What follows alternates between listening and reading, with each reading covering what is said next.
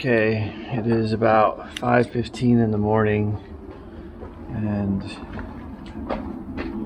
I'm hearing some noise on the other side, which means there's a pump truck up there. So let's go pay him a visit because this morning we get concrete. Since I can get my door chock here, open this thing up. Yeah, they're definitely over there. They said they'd be here. He said they'd be here at 5:30. They're a little early, but that's alright. Set up.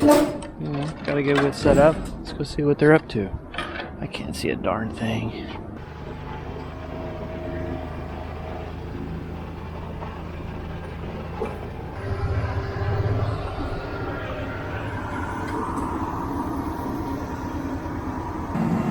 Pump truck's all set up. Guys have made their final adjustments in regards to, well, they had one more spot they had to put some rebar in, so they did that. And now we're just sitting, waiting literally for concrete trucks to show up. The sun is about to come up, and concrete's about to be poured, probably within 20 minutes. I really hope it goes well, because there's no going back. Those guys that are going to be pouring are over there. Pump trucks obviously right there. Hopefully soon we'll see some concrete trucks come down the road driveway. It's funny as I sit here and I look at that slab and I look at concrete that's about to be poured, and I start thinking of like the conduit runs that we ran, the joints that we glued, the position of all of that, the drains, the vents, and you're like, man, you better hope that you're sure that you got them where you needed them to go, because once that concrete goes in, there's no going back. And I'm just sitting here and I'm thinking about just like life, and I'm thinking about like,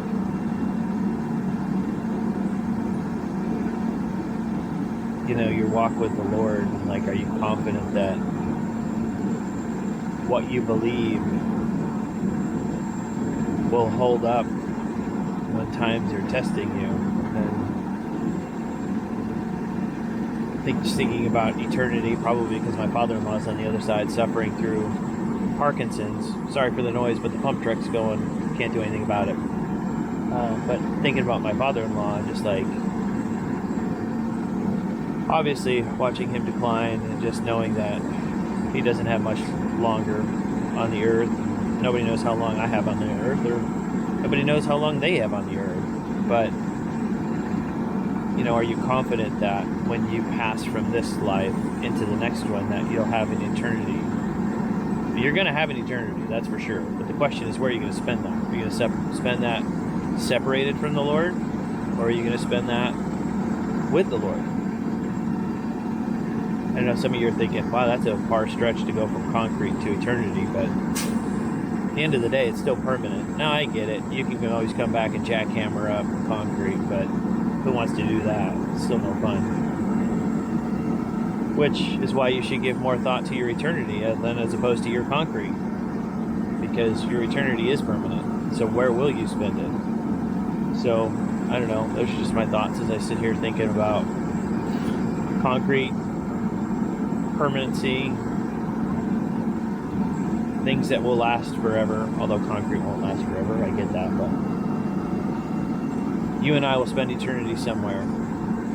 I know where I'm going. My father-in-law knows where he's going, and despite his,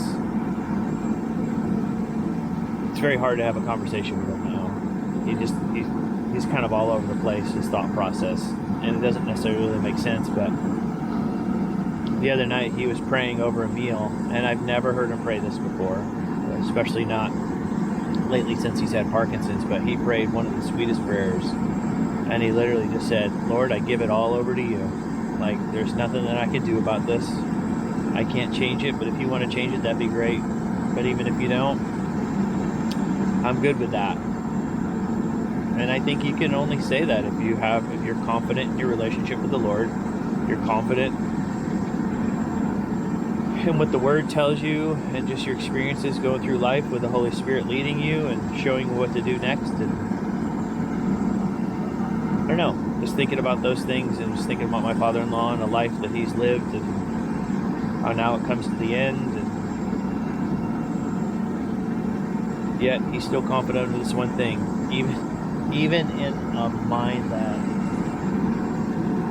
is not right. Like, he's just not there. He's confident in his relationship with Jesus, and he still knows who Jesus is. So I'm grateful for that. I know, it's a stretch. I don't know why. It's just me thinking, waiting for concrete trucks to come. Because what else are you going to do while you stare at that slab over there, wondering if you got everything right? You kind of start contemplating life at some point. You wonder, did you get it right? There's really only one thing you need to get right, and that is accepting the free gift that Jesus gave to us when he paid the penalty that we can't pay on that cross, and that he rose again on the third day, and that those who profess and believe in his death, burial, and resurrection, well, if you do that, you can bank on where you're going to spend eternity, and that's permanent.